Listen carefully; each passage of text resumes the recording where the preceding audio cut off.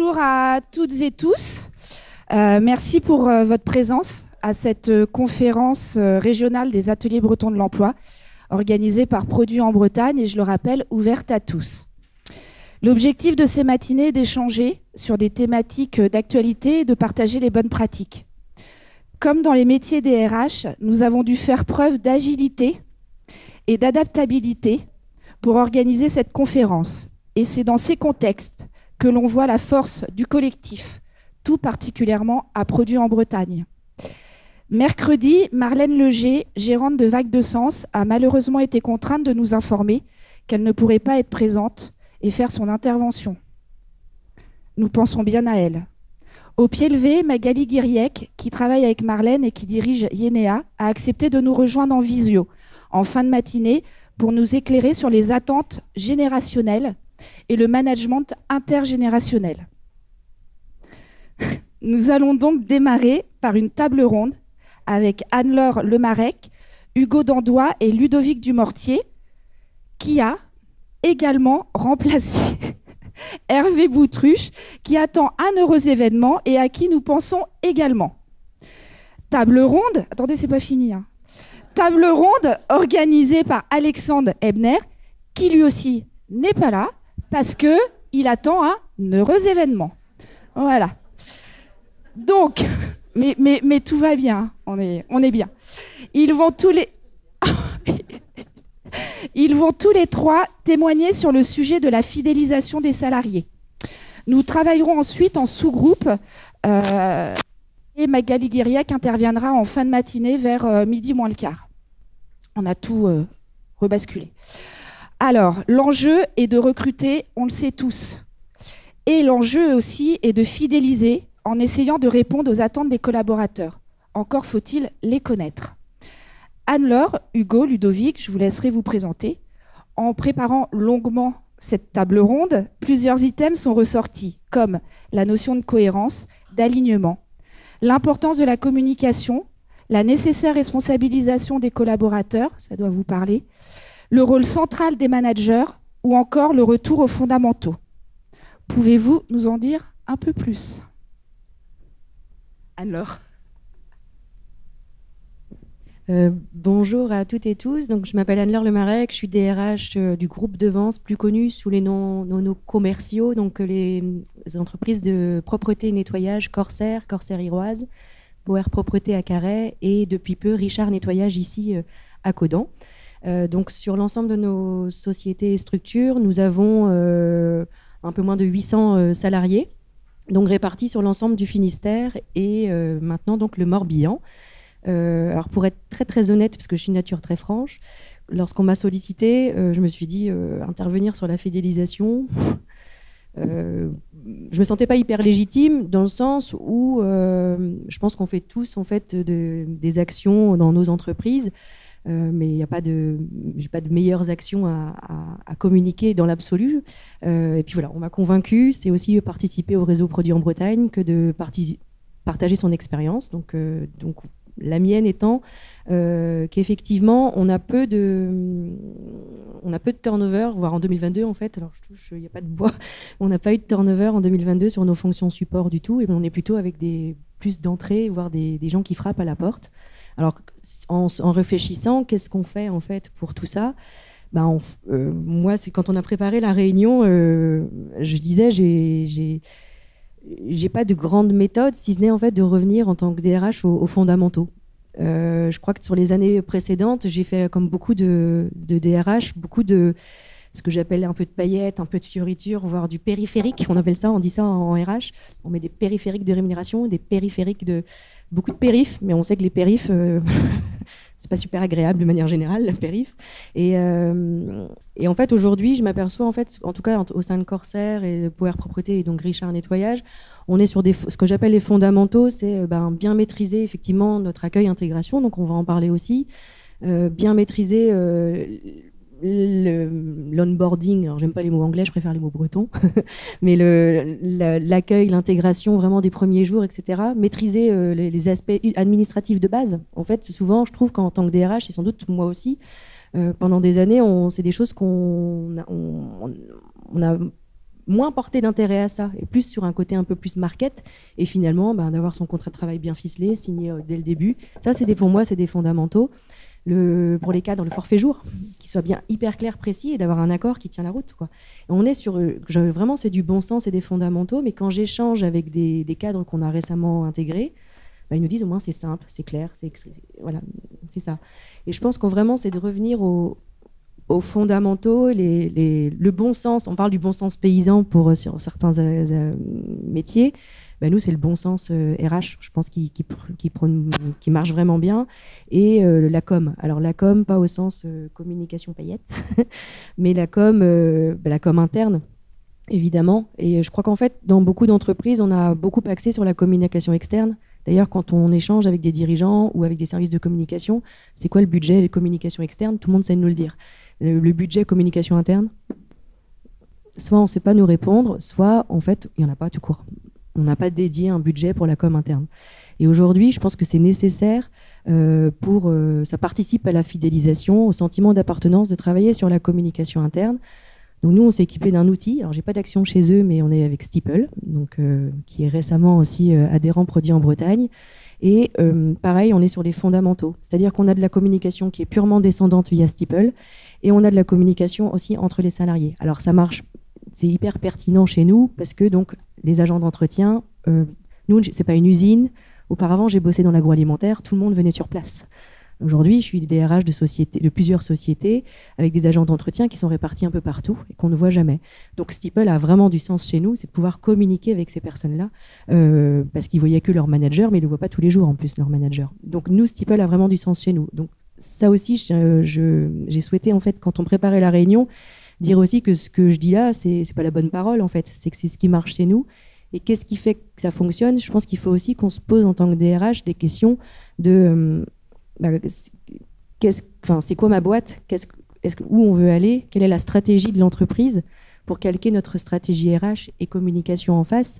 Et qui on est et où on veut aller, en fait? C'est ce que tu disais en préparant, en effet, l'importance de bien se connaître, de connaître les pratiques qu'on fait tous, plus ou moins, mais pas de vouloir calquer forcément une solution, mais de bien connaître les attentes et ton organisation, justement multisite ou dispersée, quoi. Ouais, j'ai l'honnêteté de dire, je pense que moi je l'ai fait il y a encore quelques années, de mettre des choses en place dans les structures où j'étais, parce que j'y croyais, bien sûr, mais aussi parce que je l'avais entendu. Tiens, chez les autres, ils ont fait ça, on va faire ça aussi.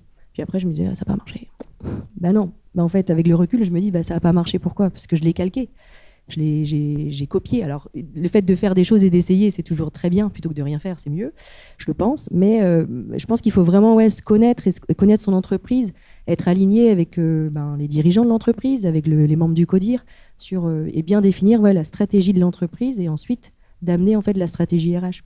Pour pas, en fait, et c'est un des biais qu'on a en tant que RH et DRH, c'est que souvent on a notre stratégie et qui des fois est un peu parallèle à la stratégie d'entreprise, mais je pense qu'il faut vraiment aligner l'ensemble et pas forcément aller chercher des fioritures. En tout cas, c'est là l'expérience que je me fais depuis en tout cas un peu plus d'1 an et demi, c'est qu'au contraire, quand ça devient un peu trop comme paillette ou un fioriture, je me dis non, je laisse de côté et je reviens sur des fondamentaux. Ça a l'air de fonctionner, en tout cas en ce moment. Et tu parlais aussi, en préparant, de la notion de responsabilisation, d'autonomie des collaborateurs. Ouais, en effet, parce que ça, c'est pareil, je me suis écoutée d'abord, et qu'est-ce que j'ai besoin? J'ai besoin de responsabilité, d'autonomie. Je l'ai subi par le passé, des fois, de ne pas en avoir assez. Et donc, je me suis dit, en fait, il faut toujours qu'on responsabilise, qu'on ne fasse pas à la place d'eux, qu'on responsabilise les membres du CODIR, qu'on responsabilise la chaîne managériale. Je sais que Hugo et Ludovic vont aussi intervenir après sur la notion de management, et évidemment tout ce qu'ils vont dire, on est complètement en phase. En fait, on s'est réparti les thématiques, mais le management de proximité, il faut le responsabiliser. Parce que la fidélisation, le sentiment d'appartenance, donc on a des outils type Steeple où il peut y en avoir d'autres, mais aussi c'est l'humain, évidemment, et donc c'est pas l'apanage que du service RH. Ni du dirigeant d'ailleurs, il a assez de choses à faire, et c'est tout le monde en fait, c'est vraiment un travail de tout le monde, l'accueil, l'intégration, dès le premier jour, on sait que ça a une importance, dès même la candidature, de ne pas négliger ça. Et ça participe vraiment de créer ce sentiment d'appartenance, l'envie, la fidélisation en fait. Et donc pour moi, la responsabilisation de toute la chaîne managériale et même de tout le monde, dans l'accueil et l'intégration, etc., ça a vraiment du sens, une fois de plus. Et aussi, c'est vertueux en fait, pour donner envie de venir travailler chaque jour en fait. C'est vraiment ça qui crée, je pense, le ciment et la fidélisation. C'est donner envie de venir travailler dans nos entreprises chaque jour. On ne suis pas épargné, donc on n'a pas de turnover sur nos fonctions support, mais par contre, je ne suis pas épargné comme tout le monde en ce moment sur le climat un peu où tout le monde se plaint. Mais pour tout, pour rien, tout le monde se plaint. Eh bien, c'est aussi de rappeler en fait que tout ce qu'on fait au quotidien et de rappeler l'essence même de pourquoi on est là pour bosser dans nos entreprises et de donner envie de venir chaque matin, le fameux sens dont on parle beaucoup, et aussi au-delà du sens, qu'est-ce qu'on fait, notre activité, qu'est-ce qu'on fait, pourquoi on le fait, et pas uniquement venir pour travailler en fait. Et une autre question avant de transmettre la parole. Est-ce que tu vois une différence sur cette quête de sens par rapport aux différentes générations? On en a parlé aussi, où on dit c'est les jeunes qui cherchent du sens. Bon, alors jeunes, ça dépend. Hein. Enfin, que nous, quand on a préparé la réunion, c'est hein. estimé hyper jeune. Hein, ouais, donc, en fait, donc on cherche du sens. Si, mais on t'a inclus. Donc, est-ce que tu as remarqué une distinction ou pas Je dirais que la plus jeune génération, donc effectivement plus jeune que, en tout cas que nous, là, le fameux sens, en fait, il est... le curseur ne va pas être mis au même endroit.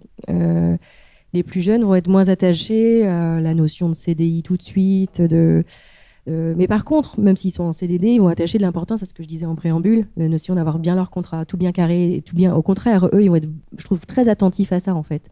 Le forfait jour ou le temps de travail, l'accord sur le temps de travail, concrètement, comment ça se passe, quels sont mes horaires, etc. Et ça, je trouve qu'ils sont un peu plus attentifs à ça. Donc, pour moi, il n'y a pas trop c'est pas trop genré ni générationnel. Et là où on pouvait des fois dire avant... mais par contre, il faut être attentif. Et les plus jeunes sont sans doute peut-être être aussi attentifs à la notion qui est assez, qui peut être un peu fourre-tout, mais la notion RSE aussi. Ce qu'on fait, pareil, l'alignement. Enfin, pour moi, on est sur ça, sur le fameux bon sens, l'alignement de ce qu'on fait, ne pas enfin, en tout cas, dire ce qu'on fait et faire ce qu'on dit surtout. Et ça, peut-être la plus jeune génération sont quand même, je trouve, peut-être un petit peu plus attentifs à ça. Même si, en fait, il y a un phénomène de contagion qui fait que tout le monde, maintenant, est attentif à ça. On a aussi peut-être quelques quarantenaires qui seraient un peu plus à se poser des questions. Qu'est-ce que je fais là? Pourquoi je fais ça? Etc. Mais ça, je ne pense pas que ce soit nouveau sur cette tranche d'âge-là. C'est plus affiché. C'est plus... peut-être, ouais. Mais c'est, pour moi, on ne peut pas... en fait, j'aime pas la notion de catégoriser les gens de manière générale, et je suis pas sûre qu'on soit sur de l'intergénérationnel. Il est pas compliqué en fait. Il est une fois de plus, on est sur le fameux sens et surtout l'alignement sur les valeurs en fait. Les valeurs. Ouais. Bah justement, on va rebondir parce qu'Hugo, pendant la préparation à la table ronde, on parlait justement de ce côté génération, de préjugés qu'on pourrait avoir sur les générations. Donc, je te laisse te présenter et développer. Bonjour à tous, donc Hugo Dandois, je suis DRH au Centre Leclerc du Relais Quérillon. Alors, Leclerc, on est un réseau d'indépendants. Nous ne sommes pas, on n'est pas rattaché à une centrale avec Michel-Édouard Leclerc comme patron. Ce n'est pas une réalité. Michel-Édouard Leclerc représente le mouvement, mais n'est pas juridiquement mon patron. On a, il me semble, aux alentours de 530 patrons de magasins Leclerc. Le mouvement réalise, en 2021, on a dû faire, j'ai dû noter ça quelque part, 41 milliards d'euros de chiffre d'affaires hors carburant. Et le mouvement sur le niveau national, on est à peu près à 140 000 salariés. Donc ça représente quand même une belle enseigne, un joli petit groupement. Même si on n'aime pas trop le terme de groupe, parce qu'en fait, comme on est des indépendants, chacun fait un petit peu comme il l'entend, comme il le souhaite dans son magasin. On a une politique globale, générale à appliquer, mais ce qui se passe dans un magasin Leclerc ne concerne que le magasin Leclerc. Donc chaque magasin fixe ses avantages sociaux comme il l'entend, et on n'est pas obligé de faire pareil que le collègue Leclerc d'à côté. Donc ouais, pour la jeune génération, moi je pars du principe que finalement, jeunes, vieux, anciens, grands, petits, femmes, hommes, etc. Il n'y a pas vraiment de distinction. La seule chose qu'on remarque un petit peu plus chez nous, c'est que les jeunes sont plus cash. C'est-à-dire que si ça plaît pas et on le sait tout de suite parce que le lendemain, généralement, ils sont pas là. Pour la génération, alors après, fixer un âge, c'est compliqué, mais on va dire, allez, je vais dire en dessous de 30 ans. Pour ceux d'après, il y a peut-être un petit peu plus de réflexion parce que peut-être une maison à payer, des enfants, etc. Donc on va prendre plus le temps de réfléchir. Mais la jeune génération est nettement plus cash. Ça va très très vite. Donc voilà. Par contre, pour la quête de sens, je pense qu'aujourd'hui, depuis le Covid, c'est vrai, c'est une réalité pour tout le monde.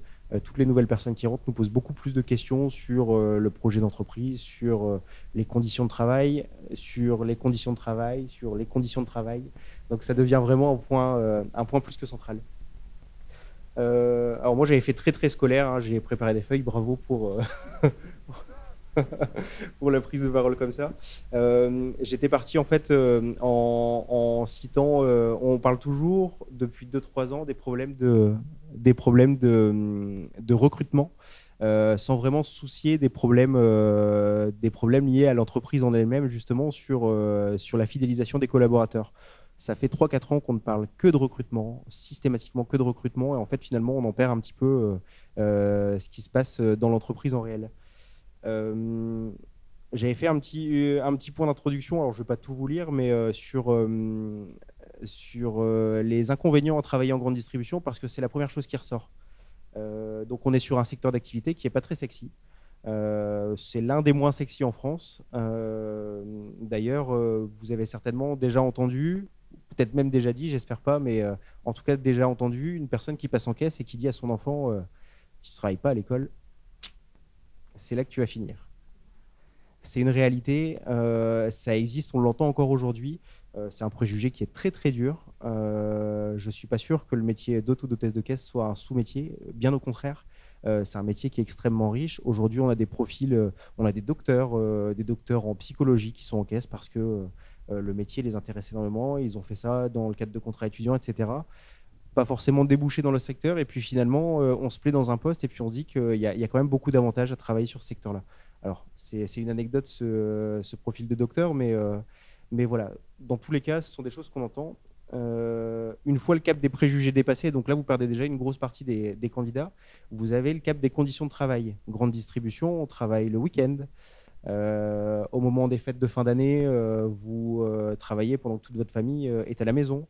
Le 24 décembre, quand vous arrivez à Noël, vous êtes fatigué. Vous n'avez qu'une hâte, c'est que tout le monde rentre chez soi se coucher. Ou rentrez vous-même chez vous vous coucher. C'est une réalité, ça fait partie des règles du jeu, mais beaucoup de personnes ne comprennent pas. Et dans nos recrutements aujourd'hui, on a de plus en plus de personnes qui postulent en nous disant « Non, je ne travaillerai pas le samedi ». Bon, je vous laisse imaginer, vous, si vous alliez en tant que client dans un magasin le samedi, ne voir pas de personnel. Ce serait un peu compliqué. Donc voilà, une fois qu'on a réussi à casser tous ces préjugés et réussi à vendre l'entreprise commercialement, on en parlait, hein, la fonction de RH commercial aujourd'hui pour vendre son entreprise, ben finalement, on se dit que la personne a déjà fait de gros efforts en acceptant toutes ces parties-là, rupture des préjugés, acceptation des conditions de travail sine qua non. Et derrière, bah, maintenant, il faut penser à la personne. Et donc, le meilleur moyen d'y penser, les premiers informateurs vont être les salariés eux-mêmes du magasin. Donc, si ça se passe mal chez vous, la personne qui va arriver, peu importe ce que vous lui avez dit, ce que vous lui avez fait signer, etc., le premier rapport qu'elle va avoir, c'est son premier collègue. Comment ça se passe? Ça fait combien de temps que tu es là? Patron gentil, hiérarchique gentil, etc., etc. Est-ce que quand on demande quelque chose, on y a le droit? On avait parlé de fierté, d'appartenance, de porter le maillot, hein, de cette notion d'ambassadeur. C'est ça. Donc voilà. Alors, je prétends pas être représentant ce que je vous expliquais du mouvement Leclerc, hein, bien au contraire, c'est pas du tout ma vision, et je prétends pas avoir la bonne réponse. Aucun de nous, de toute façon, et j'en suis désolé. J'aimerais bien que ce soit aussi simple que ça. Et le pourquoi aussi se focaliser sur les salariés présents. Je pense que vous avez tous vécu chez vos opérateurs téléphoniques une petite expérience qui est sympa, c'est de voir la nouvelle offre réservée aux nouveaux clients. Ça frustre, c'est ultra frustrant. Et donc généralement, ce que vous faites, c'est que vous allez appeler votre opérateur pour lui dire c'est quoi l'histoire là? Qu'est-ce qui se passe? Est-ce que je peux être considéré comme nouveau client? Est-ce que les conditions peuvent s'appliquer? ou alors vous allez aller voir ailleurs, ou vous allez rester dans une frustration qui est énorme. En fait, dans les relations au travail, on vit exactement la même chose. Le salarié qui est en place, s'il voit qu'on ouvre la porte à tout pour les nouveaux entrants, ça frustre énormément. Donc voilà, le thème il est super super intéressant, très très riche. Ce serait prétentieux de dire qu'en une matinée ou en quelques tours de table, on pourra résoudre ce problème-là. En tout cas, je pense que le partage d'échanges, il est super important. L'idée vraiment, hein, vous l'avez compris, c'est d'échanger sur les bonnes pratiques pour que chacun se dise tiens, oui, j'avais pas pensé à ça, ça me donne un réflexe, mais on n'a pas de baguette magique forcément. Mais si on se met tous ensemble en échangeant les bonnes pratiques ou ce qui n'a pas marché chez les uns et chez les autres, en repartant, on aura peut-être une ou deux idées qu'on pourra tester, quoi. Et donc c'est un peu cette notion d'équité que tu évoques par rapport aux collaborateurs, en fait, d'être vigilant. Oui, tout à fait. Hein, tout à fait. Donc en fait, finalement, en discutant, quand on a échangé pour la préparation de la réunion, on s'est rendu compte que tout ce dont on parlait, ce n'était que revenir sur des basiques. Aujourd'hui, on cherche beaucoup de choses, on intègre beaucoup de choses partout, des nouvelles méthodes de travail, une nouvelle organisation. Et en fait, finalement, on se rend compte que ce sont les basiques, qu'on expliquait tout à l'heure, la clarté, qui est super importante. On parlait des conditions de travail tout à l'heure. Le discours de mon adhérent, alors adhérent dans le jargon Leclerc, c'est patron. Monsieur Saliou me dit souvent, on ne vient pas au travail pour se blesser. Alors là, il y a deux intérêts. Il y a l'intérêt d'entreprise, parce que quand on se blesse, ça coûte cher. Ça coûte très cher à l'entreprise. Moralement, ça peut coûter cher si l'accident est grave. Et hors tout ça, le salarié qui vient, il n'a pas envie de se blesser. Donc en fait, finalement, si vous avez du matériel qui est obsolète, qui ne fonctionne pas bien, qui nécessite des réglages permanents, etc., vous perdez du temps, vous risquez de blesser les gens. Et le salarié, votre porte-parole, parce que le premier porte-parole, il est là, il ne va pas se sentir à l'aise. On en parlait, la règle d'or pour le salarié qui est content de venir en entreprise, c'est celui qui se lève le matin sans se dire « j'ai la flemme d'y aller aujourd'hui » ou avec la boule au ventre. Une fois que vous l'avez convaincu celui-là, en fait, on commence déjà par le convaincre en travaillant sur ces conditions de travail-là, qui sont des conditions en fait, qui vont dans le sens de l'entreprise, parce que si la machine fonctionne bien, l'entreprise va produire plus. Si le salarié est content et qu'il travaille bien avec son outil, il va produire plus aussi. Donc finalement, c'est un cercle vertueux. On en a parlé aussi vaguement sur la réflexion réelle des tâches de travail.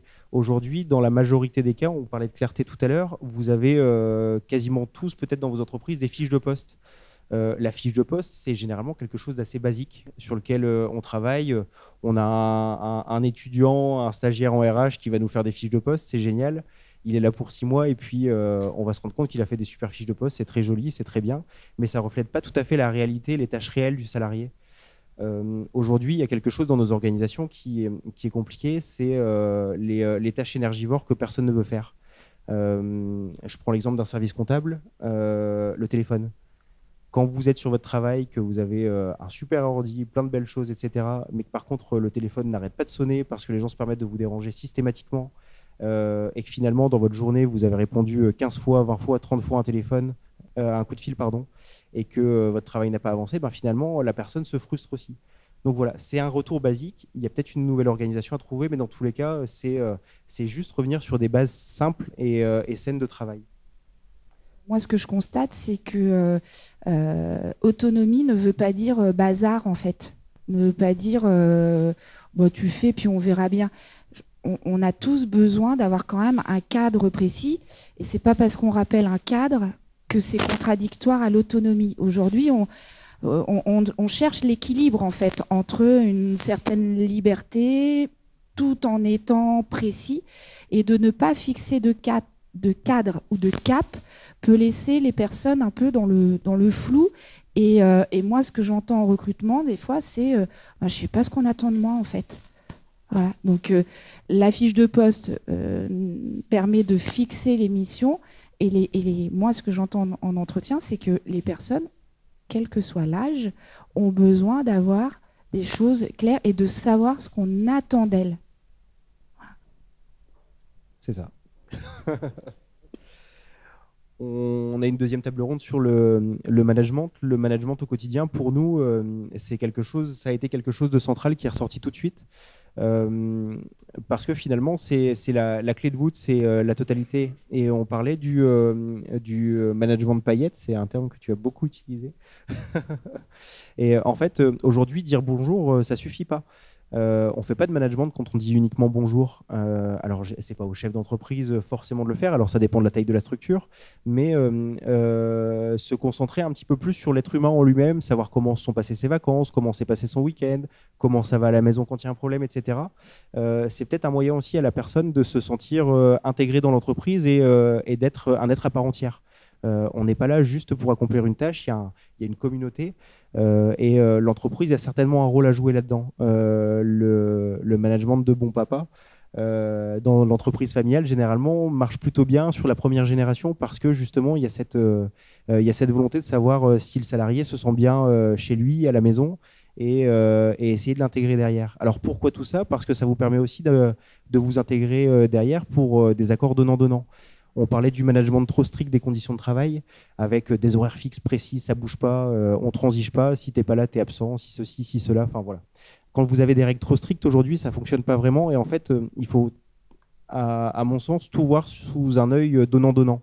Je prends un exemple, une personne qui vient me dire j'ai besoin de mon samedi. Le samedi en grande distribution, c'est une grande question parce que quand on donne à l'un, vous avez 5 ou 6 autres personnes qui vous regardent derrière et qui vont dire c'est quand mon tour et si j'ai pas, qu'est-ce qui va se passer? Donc nous, notre démarche va plutôt être de dire bon, ok le samedi, sur le court terme, ça va pas dans le sens de l'entreprise. C'est peut-être aussi de dire tu viens pas travailler samedi, par contre si la semaine prochaine ou la semaine d'après il y a un absent, je te demanderai peut-être de faire quelques heures en plus ou de venir nous filer un coup de main, etc. Tout en faisant du donnant-donnant, en fait finalement on intègre aussi la personne au projet d'entreprise, donc à moyen terme c'est bénéfique pour l'entreprise, mais sur le court terme finalement on s'est un petit peu tiré une balle dans le pied parce que la personne qui sera pas là le samedi, il va falloir faire son travail à sa place, etc. etc. Mais tous ces petits accords, ces petits... on ne va pas parler de passe-droit, mais ces petits arrangements sont pour moi nécessaires aujourd'hui dans le management au quotidien. Alors ça demande beaucoup de travail parce que c'est une réflexion globale à mener, mais c'est à mon sens obligatoire aujourd'hui. Les managers, en fait, la question se pose de savoir qui devient manager. En fait, on sait pas forcément, c'est pas parce qu'on est bon techniquement qu'on peut devenir un bon manager. On ne naît pas NAIT, manager, on le devient et on ne manage pas non plus tout le monde de la même façon. Et c'est pour ça que c'est important de connaître les moteurs de ces équipes. Certains vont avoir besoin d'être rassurés, d'autres d'être en autonomie, et donc il faut adapter son management.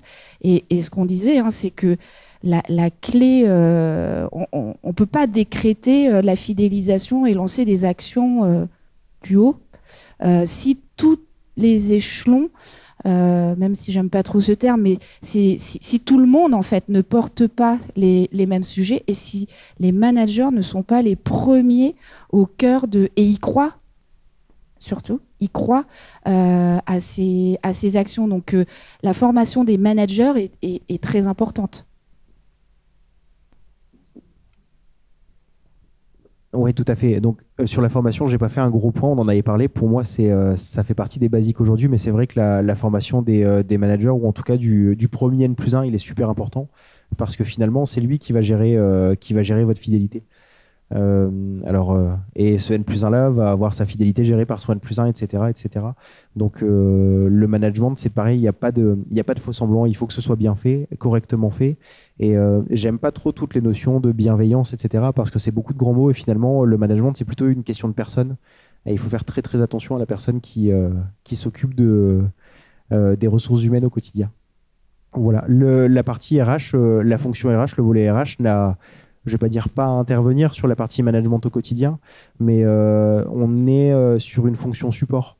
On est là pour aider, pour accompagner. On n'est pas là pour manager les gens au quotidien. C'est quelque chose de très très important aussi. Quand vous intégrez un RH dans votre entreprise, il ne va pas vous gérer votre bien-être au travail. Il va donner des visions, des pistes d'amélioration, un accompagnement, mais il ne va pas le gérer au quotidien. Donc le choix du manager, il est super important. Donc la formation, on en a parlé comme étant un basique. J'avais 2 autres points moi, sur lesquels je voulais revenir. Je vous ai parlé des préjugés et des inconvénients à travailler en grande distribution. Il n'y a pas que des inconvénients, il y a aussi beaucoup d'avantages. Quand vous êtes sur un travail de bureau du lundi au vendredi, caler des rendez-vous, etc., c'est un peu compliqué, mais en grande distribution, c'est plutôt facile parce que vos jours de repos sont décalés, parce que vos horaires sont un peu décalés, etc. Vous avez des avantages liés à la rémunération, etc. Tous ces avantages-là doivent être répétés en continu. Si vous oubliez de les répéter, ils vont être oubliés systématiquement et les gens vont se focaliser sur ce qu'ils entendent, les inconvénients de la grande distribution, sur tout ce qui ne va pas en grande distribution, etc. Et en fait, si vous ne rappelez pas sans cesse ces avantages-là, ils vont être oubliés et ça peut frustrer la personne qui est en place. Voilà, et le dernier point que j'avais fait, moi, c'était l'intégration des collaborateurs au projet d'entreprise. Alors, c'est une entreprise, chaque entreprise est là pour jouer un rôle, c'est sûr, il faut le rappeler, et il faut essayer d'intégrer au maximum chaque salarié du magasin. Pour nous, la première finalité d'un centre Leclerc, finalement, c'est de donner du pouvoir d'achat en France. Et quand vous rappelez ça aux personnes, ça les met en avant. Tout le travail que vous faites aujourd'hui, c'est pour ramener du pouvoir d'achat en France et nourrir les Français. C'est quand même plutôt une belle mission. Quand vous leur dites ça, ça permet déjà de montrer l'importance de leur travail au quotidien. On en parlait tout à l'heure, bien expliquer la rémunération. Avoir une politique de rémunération, c'est quelque chose de super important. Chaque entreprise en a une, mais bien l'expliquer et qu'elle soit claire et limpide pour tous. Voilà. Et donc, pour intégrer les projets, les collaborateurs au projet d'entreprise, chez Leclerc, par exemple, 25% des bénéfices nets avant impôt seront reversés à l'ensemble des salariés. Donc, il y a une véritable intégration au projet d'entreprise. Sous-entendu, plus on fera de chiffres, mieux ça marchera, mieux vous avez fait votre travail, mieux l'entreprise a fait son travail. Finalement, tout le monde sera récompensé. Tout le monde sera récompensé à ce niveau-là. Donc voilà, tout ça, tous ces points-là, vous les intégrez dans une seule logique. Alors, ça fait beaucoup de boulot. Ça fait une grosse réflexion parce que finalement revenir sur des basiques ça peut être super compliqué quand on a mis des choses en place, mais pour moi en tout cas et pour nous on était plutôt d'accord sur la globalité, c'est quelque chose de nécessaire. Et donc j'avais mis une petite conclusion pour dire que par contre on luttera pas contre certaines démissions, hein. Alors nous la grande démission on l'a subie, hein. L'essence trop chère, justement ces conditions de travail de grande distribution qui peuvent ne pas plaire à tout le monde. Voilà, on le subit aussi fortement et c'est super important de se recentrer sur ceux qui sont toujours présents. Et voilà, après, on a en règle générale, dans les magasins Leclerc, vous avez très grande ancienneté. On a une bonne vingtaine de salariés qui ont plus de 35 ans de maison. Donc, c'est que l'entreprise n'est normalement pas si mal que ça. Que Ludovic, on va rebondir. Hervé, Ludovic. Peut-être sur, je sais qu'il y a un gros travail sur la formation des managers. Voilà, si tu peux rebondir, te présenter également. Donc Ludovic Dumortier, je suis responsable ressources humaines dans l'entreprise Sodexo. Sodexo fondé en 1966 par Pierre Bollon, donc groupe français. Aujourd'hui, plus de 23 000 ou 24 000, je ne sais pas exactement, salariés en France, et on est le deuxième employeur privé français à travers le monde. Donc, une très grosse entreprise, globalement, on connaît tous. Quand tu parles de la grande distribution qui dit on a une mauvaise image, Sodexo, on peut avoir aussi une très mauvaise image, mais on est... il faut, en fait, pour revenir avec les différents éléments, on a besoin d'être aligné en fait avec notre employeur et être aligné avec les valeurs de l'employeur. Moi, quand je réalise, j'ai un passif opérationnel avant d'être RH, c'est-à-dire que j'ai été responsable régional, j'ai été directeur d'exploitation et je manageais des équipes assez conséquentes et j'ai toujours eu besoin d'être aligné et que mes équipes soient alignées avec les valeurs de l'entreprise et toutes nos valeurs. C'est-à-dire que chez Sodexo, on a 3 valeurs. Esprit d'équipe, esprit de progrès, esprit de service. Et si les personnes que l'on recrute n'incarnent pas ces valeurs-là, on n'y arrive pas, très clairement. Donc c'est réellement des éléments qu'on a besoin de transmettre. Alors c'est des choses qu'on peut avoir intrinsèquement de par notre formation, de par notre éducation, de par notre histoire personnelle. Mais ça fait partie des valeurs qu'on ne peut pas déroger en tant que telles quand on intègre Sodexo. Concernant le management, il est à l'identique, c'est-à-dire que si on n'a pas ces valeurs-là, on ne peut pas fonctionner. Et il y a un grand programme qu'on a, parce qu'on ne manage plus les équipes comme on a pu les manager pendant... moi, je suis rentré dans la restauration collective il y a 20-25 ans. C'était la restauration, c'est-à-dire que c'était manager, c'est quand tu disais si tu ne travailles pas à l'école, tu vas devenir caissière. Il y a 25-30 ans, la restauration, c'était la voie professionnelle. Et tu ne réussis pas à l'école, on t'envoie en restauration. Ça l'est encore un peu aujourd'hui. Hein. Et donc c'était compliqué, et c'est compliqué en termes managériels, parce que c'est des personnes qui n'avaient pas appris, on n'apprend pas à manager dans les écoles. Je pense qu'autour de la table, on est plusieurs à avoir fait des études supérieures. On n'apprend pas à manager. C'est-à-dire qu'on apprend sur le tas, on reproduit éventuellement ce qu'a fait un de nos managers, parce qu'on a apprécié ou parce qu'on n'a pas apprécié, etc. Et donc, pour cela, on a souhaité faire évoluer nos managers au sens large au sein de Sodexo, donc Sodexo en France, sur ce qu'on appelle le leadership empathique et collectif. Alors, c'est les grands mots à la mode. Pour être concret, c'est de remettre du bon sens. J'aime bien le bon sens paysan. J'ai une formation d'ingénieur en agriculture, donc j'aime bien ce terme-là. Le bon sens paysan, de prendre soin de l'autre. Alors, on prend d'abord soin de soi. Il y a six piliers. C'est d'abord prendre soin de soi, c'est-à-dire en tant que manager, comment je fais pour être aligné et pour être avec mes deux pieds sur terre et être bien dans ma tête. Parce que si un manager n'est pas bien dans sa tête, il ne peut pas manager correctement ses équipes. Donc, premier point, c'est ça. Deuxième point, c'est de s'occuper en fait correctement et pouvoir échanger avec les autres d'une manière empathique. Donc, c'est apprendre l'empathie à nos équipes.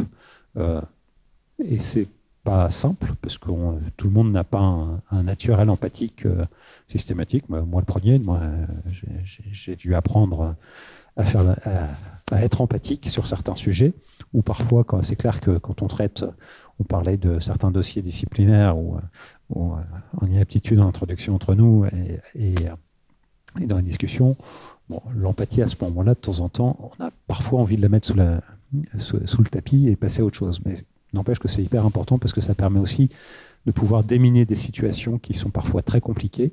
Et vis-à-vis de nos managers, ça permet de leur faire prendre conscience de cet élément-là.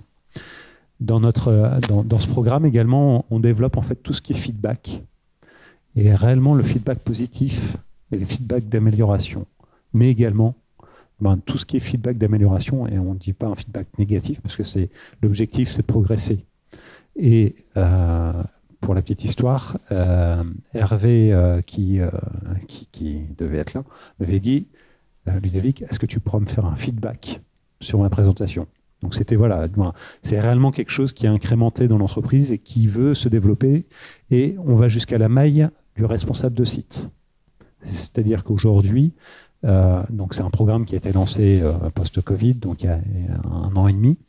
La première année, on a formé plus de 1000 cadres, plus de 1000 cadres sur tout le territoire, sur toute la France. Et aujourd'hui, on est en train de descendre en fait à l'échelon en dessous, donc le responsable de site, qui est pour nous le point majeur. C'est-à-dire que le responsable de site, c'est celui qui, dans les restaurants d'entreprise, est le responsable. Il ne voit pas son manager au quotidien. Il a les clients en face, il a les convives en face. Quand vous arrivez dans un restaurant Sodexo, c'est éventuellement lui qui va avoir la responsabilité s'il y a un problème.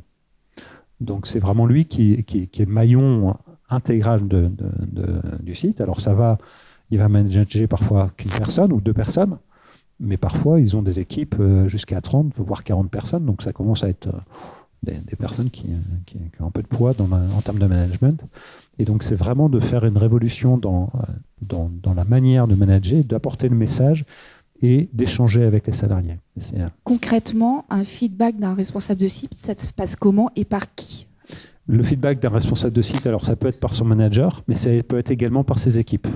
C'est-à-dire que on est sur du 360, ou même moi, c'est-à-dire que je peux tout à fait... avec Hervé, on n'a pas de lien hiérarchique du tout. On est collègues dans la fonction RH, mais on n'a pas de lien hiérarchique en tant que tel. Donc, et voilà, et de me dire, moi par exemple, je peux demander à un directeur régional ou un responsable de site, je vais intervenir, un entretien, je vais accompagner lors d'un entretien, un entretien préalable. Je vais pouvoir demander à un responsable de site ou un responsable régional qui m'accompagne de lui dire, est-ce que tu peux me faire un feedback? Et on a des clés. Bien sûr, on est formé sur le feedback avec différentes clés bien spécifiques et qui permet de faire le feedback d'une manière constructive et qu'on puisse ressentir les choses en conséquence et de dire la prochaine fois, ah oui, en fait, il ne faut pas que je fasse ça comme ça parce que sinon, ça braque la personne qui est en face de moi, je ne comprends pas ce qu'elle veut me dire ou je comprends pas, je perçois pas le message. C'est réellement un travail sur soi et de la manière dont on évolue et la manière dont on progresse. C'est pas gagné, hein, c'est pas simple comme ça se fait pas en claquant des doigts. L'accompagnement en tant que tel est très importante. En termes de fidélisation, donc il y a ce point-là. On a eu les premiers retours parce que le déploiement sur les responsables de site est fait depuis 6 mois maintenant, et on a les premiers retours où ils nous disent je comprends mieux mon manager aujourd'hui.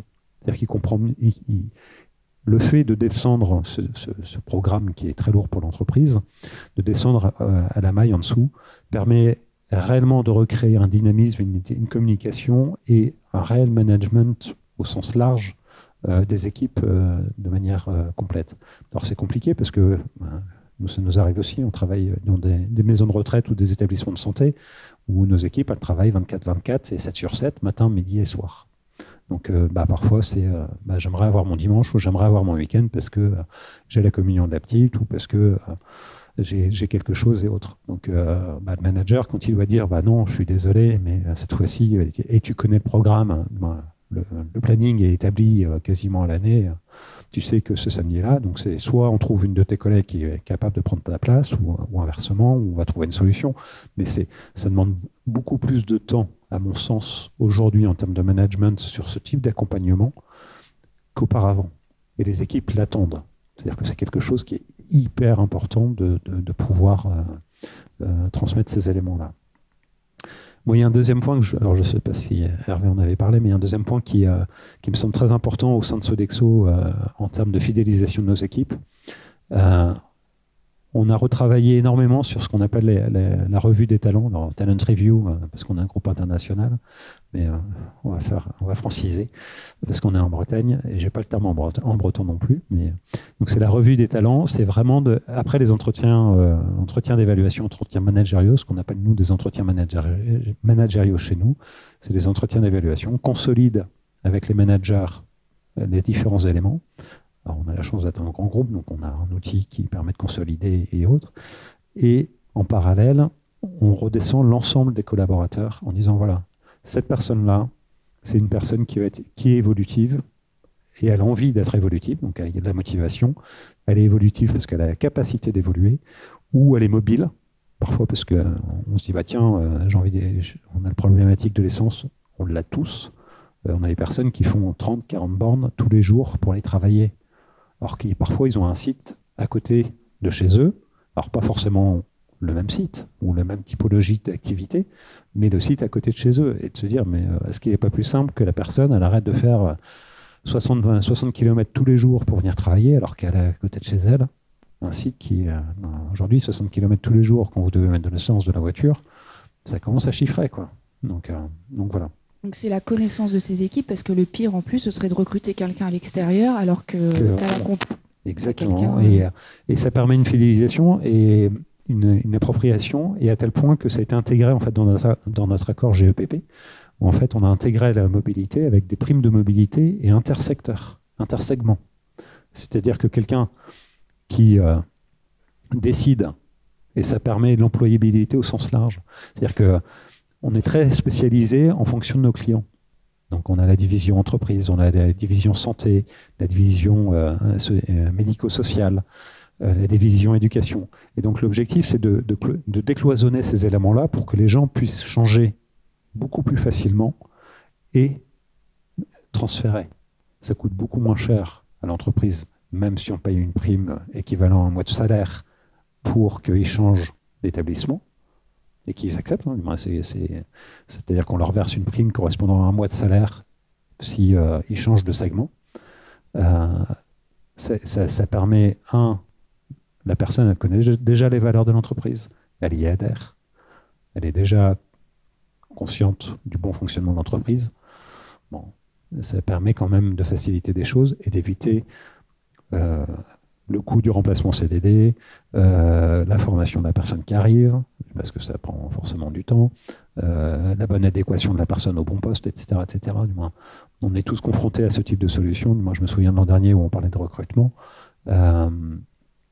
où, quand on cube le coût d'un recrutement, c'est monstrueux, et quel que soit le niveau, que ce soit un employé de service, un cuisinier, un responsable de site, et au-delà de perdre un contrat commercial, parce que forcément, quand vous avez un responsable de site qui est absent d'un site, le site il est beaucoup plus difficile à gérer, à stabiliser, les convives ne sont plus satisfaits, le client n'est plus satisfait, et donc on risque une remise en concurrence directe. Voilà. On constate également, mais est-ce que quand on parle d'évolution, aujourd'hui, on n'est pas forcément sur des évolutions de carrière. On ne demande pas forcément il n'y a plus forcément cette notion de gravir des échelons. C'est plus se nourrir en fait de compétences différentes, travailler sur différents projets. J'en suis la preuve. Chez Sodexo, j'en suis la preuve typique. C'est-à-dire que je suis rentré chez Sodexo, j'étais donc opérationnel, directeur de la cuisine centrale de Brest, pour ne pas la citer. Donc grosse exploitation, 10 000 couverts jour, un paquebot, ni plus ni moins. Très bel outil, avec une prestation qui, quand on parle de cuisine centrale, vous avez tous dans l'image Louis de Finesse. Voilà, il y en a beaucoup qui ont cette image-là.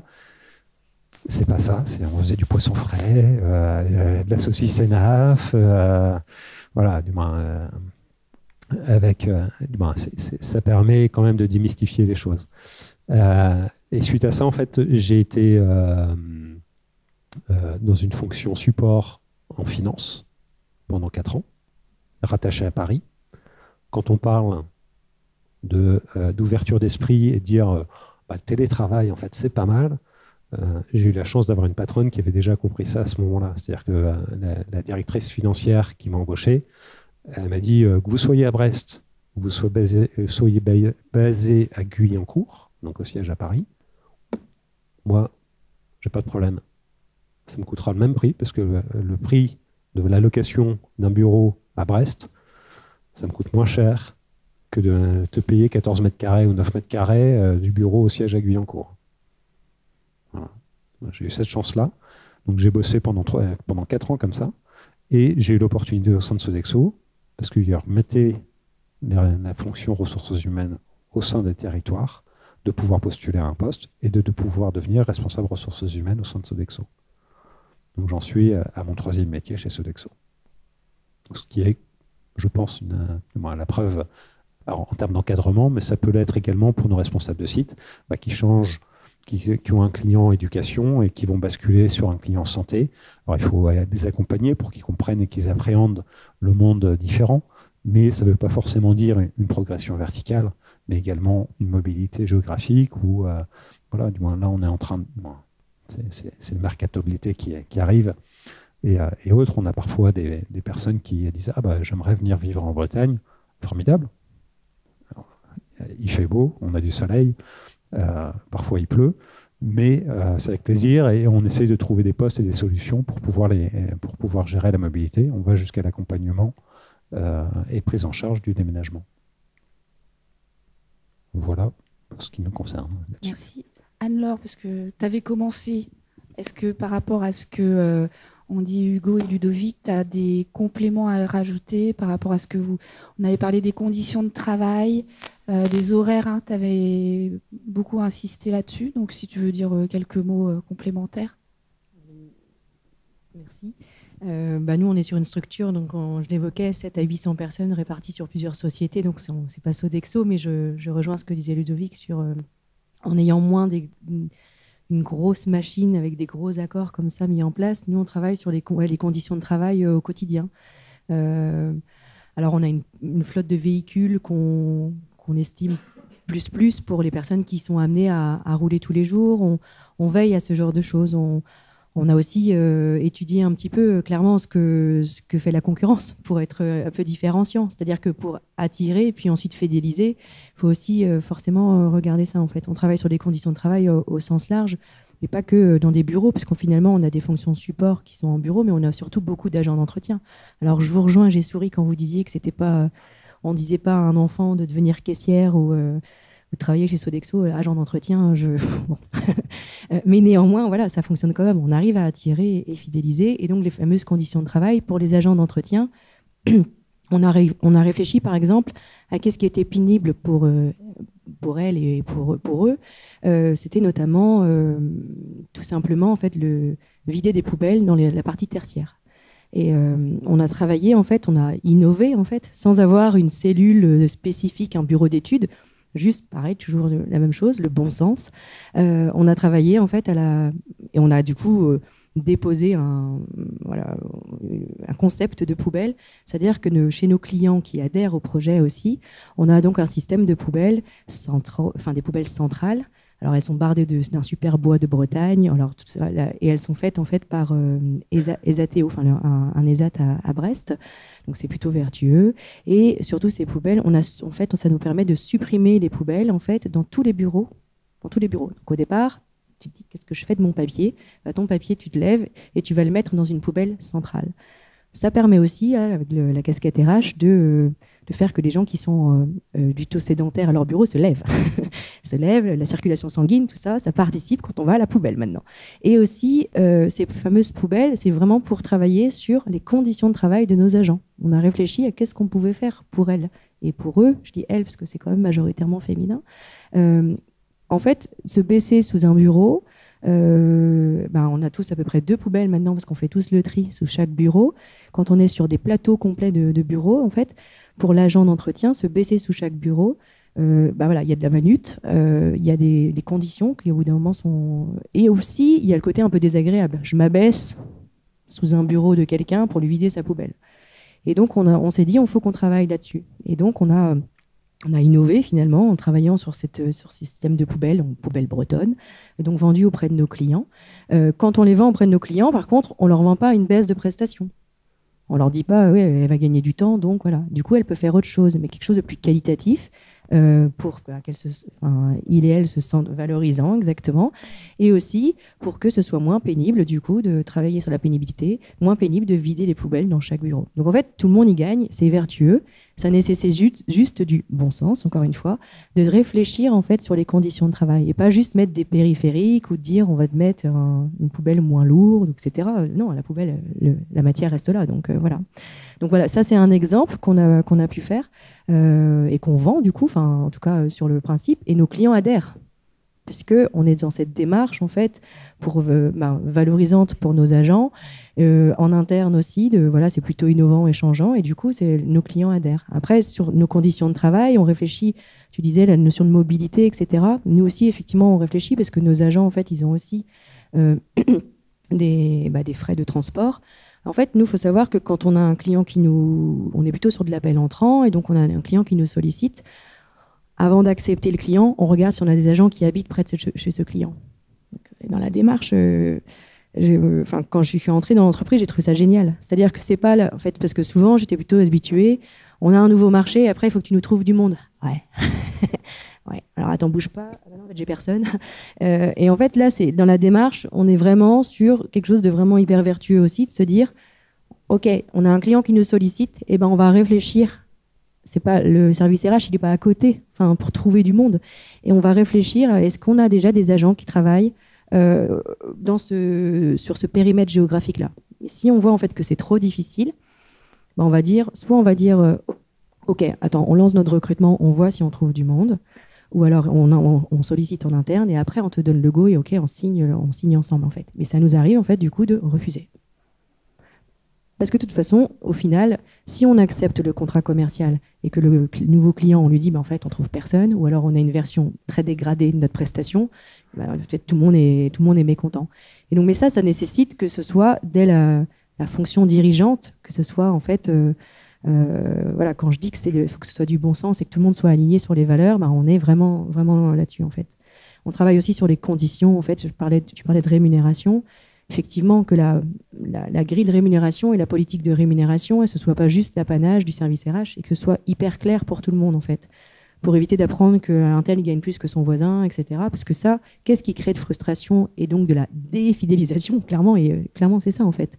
Donc, on travaille aussi beaucoup là-dessus, de corréler notre politique de formation à une politique de rémunération. Ça aussi, on l'a étudié en interne. C'était pour que nos agents, en fait, n'entrent pas sur un niveau échelon et y rester toute leur vie. Parce que clairement, sur des métiers comme ça peut. Et donc, on sait aussi qu'on rémunère davantage nos salariés par rapport à certains de nos concurrents. Et on est à l'aise avec ça. Et on l'explique. Et après, on l'explique à nos clients quand il s'agit de facturer, effectivement. Et donc, tout ça, en fait, c'est vertueux. Ça nous permet d'attirer du monde, la fameuse attractivité, et surtout de fidéliser, en fait. Merci. On est bien dans le timing, Coralie. Oui, très bien. Donc moi j'ai retenu, parce que j'ai quand même pris quelques notes, j'ai retenu des termes importants comme feedback, alignement, clarté. On a parlé également dans la préparation, mais ça a été dit, de la promesse employeur. Mais quand on promet quelque chose, on le fait. En fait, l'enjeu, ce que je trouve qui pourrait être gravissime aujourd'hui, c'est de promettre quelque chose qu'on ne tient pas, parce qu'en effet, comme Hugo l'a dit, là, les gens partent en fait. Et en recrutement, moi, je reçois des gens qui disent, en fait, j'ai pas retrouvé ce qu'on m'avait vendu. Et ça, c'est la sentence, elle tombe. La notion aussi dont on parle beaucoup et qui est vraie, la notion d'ambassadeur.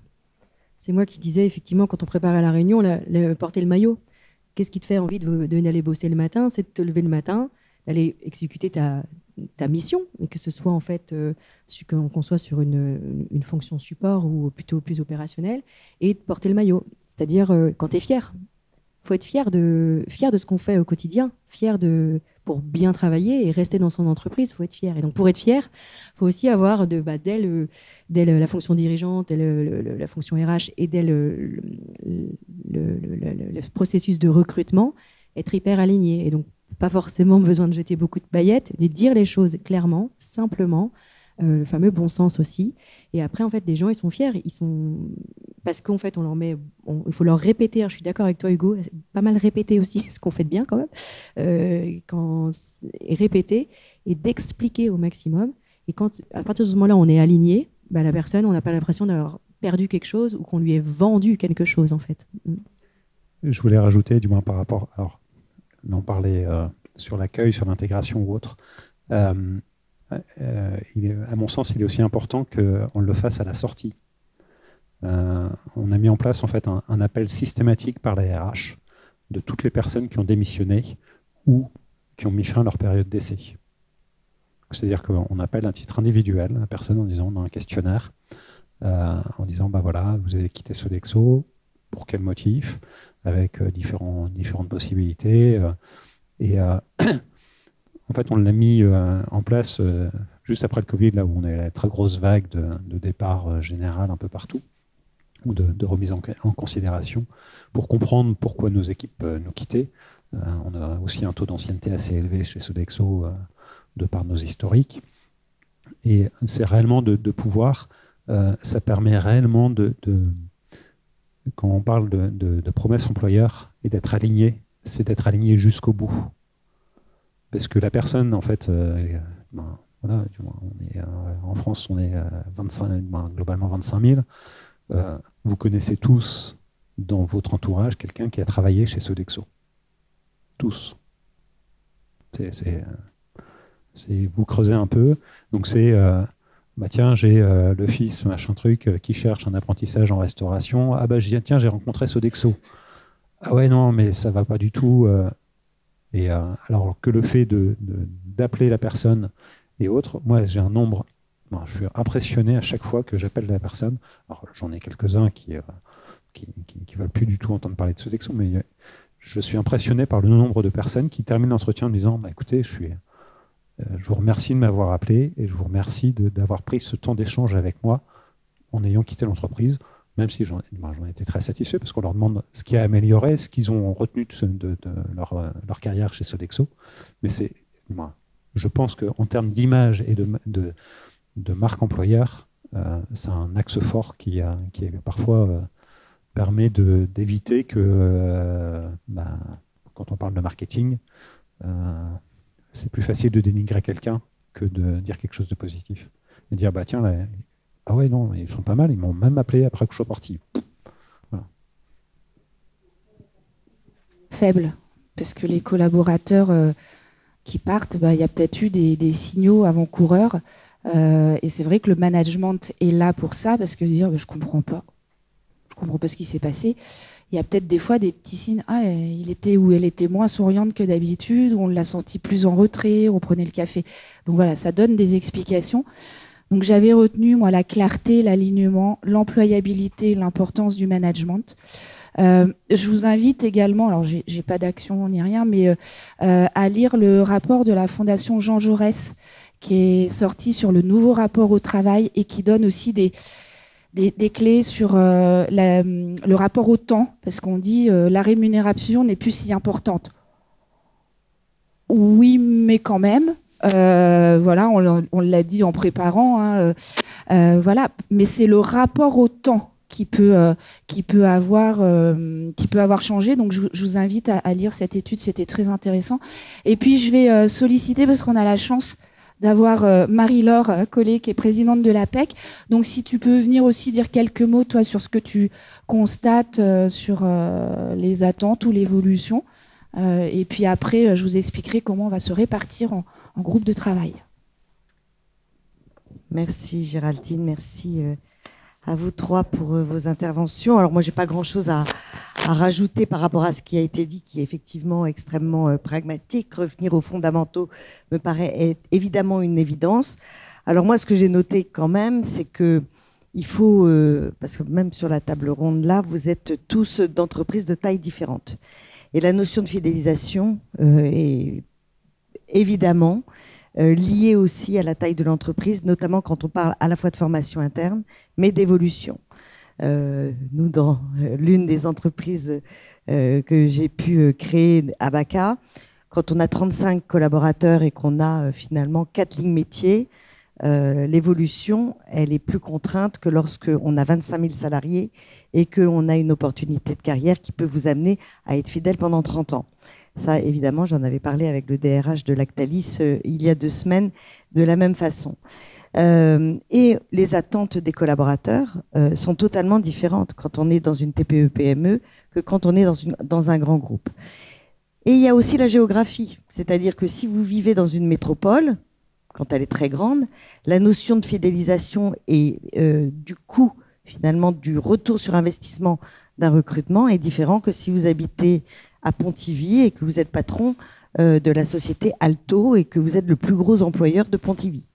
Là aussi, cette notion de turnover et de fidélisation ne prend pas la même dimension. Pour ça, j'ai eu l'occasion d'échanger un peu d'une façon un peu vive avec Stanislas Guérini, qui en octobre a dit à TF1 à 20h que maintenant, tous les gens changeront 40 fois de métier dans leur vie et 40 fois d'entreprise. Et donc, quand je l'ai vu début janvier, je lui ai dit, évidemment, quand vous habitez à Pontivy, puisque j'ai pris mon exemple d'Alto, vous allez évidemment changer 40 fois de métier et 40 fois d'entreprise dans votre vie. Là, il m'a regardé bizarrement et je dis, ben oui, le prisme parisien n'est pas le prisme territorial. Et quand on est dans un territoire comme la Bretagne, à 5 départements, quand vous êtes à Nantes, c'est pas pareil que lorsque vous êtes à Landerneau et que vous êtes chez Leclerc à Landerneau ou même chez Leclerc à Nantes. Parce que le terreau économique n'est pas le même.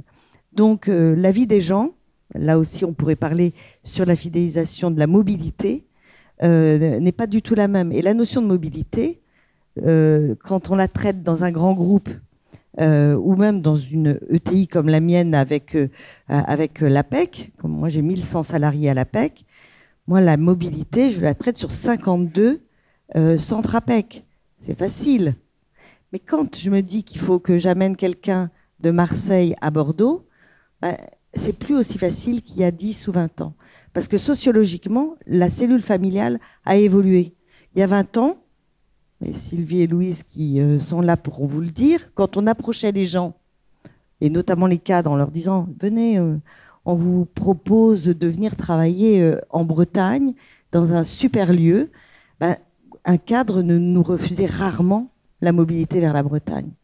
Aujourd'hui, c'est systématiquement non, tout simplement parce qu'il y a une famille recomposée, il y a une garde alternée, parce qu'on a aussi perdu la confiance dans le recruteur, l'entreprise recruteur, parce qu'il y a cette période d'essai, et on se dit si ça ne le fait pas, eh ben, j'engage toute ma famille. Donc en fait, la notion de mobilité n'est plus la même également. Et donc la mobilité, elle prend une autre définition qui est une définition qui n'est pas si loin que la définition de la fidélisation en entreprise. Donc il faut vraiment se poser aussi les bonnes questions sur ce creuset finalement assez pragmatique qui est la vie de tout à chacun. Parce que ce qu'on n'a pas dit non plus, c'est que le rapport de force avait beaucoup évolué.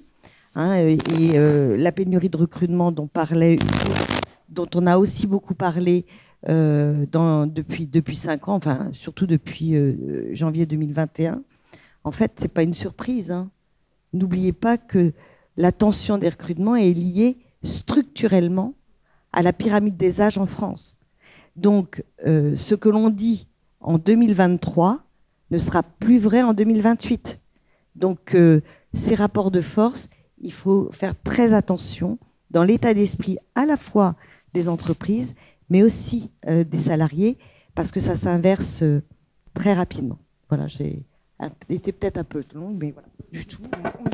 On a tout le temps, de toute façon. Merci Marie-Laure. Alors, merci à tous les trois pour cet exercice et vos témoignages. On va... Oui, merci Coralie. Y a-t-il des questions ou des remarques?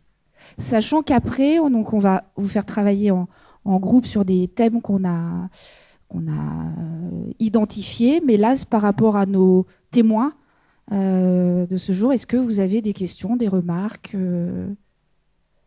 des précisions? C'est toujours la première question qui est difficile, mais lancez-vous. Oui, super.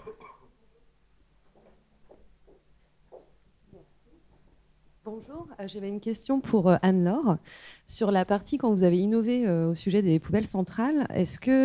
Comment vous avez fait? Est-ce que vous avez intégré en fait dans la réflexion les premiers intéressés, donc à savoir les collaborateurs et les collaboratrices? Est-ce que vous avez fait des réflexions en collectif?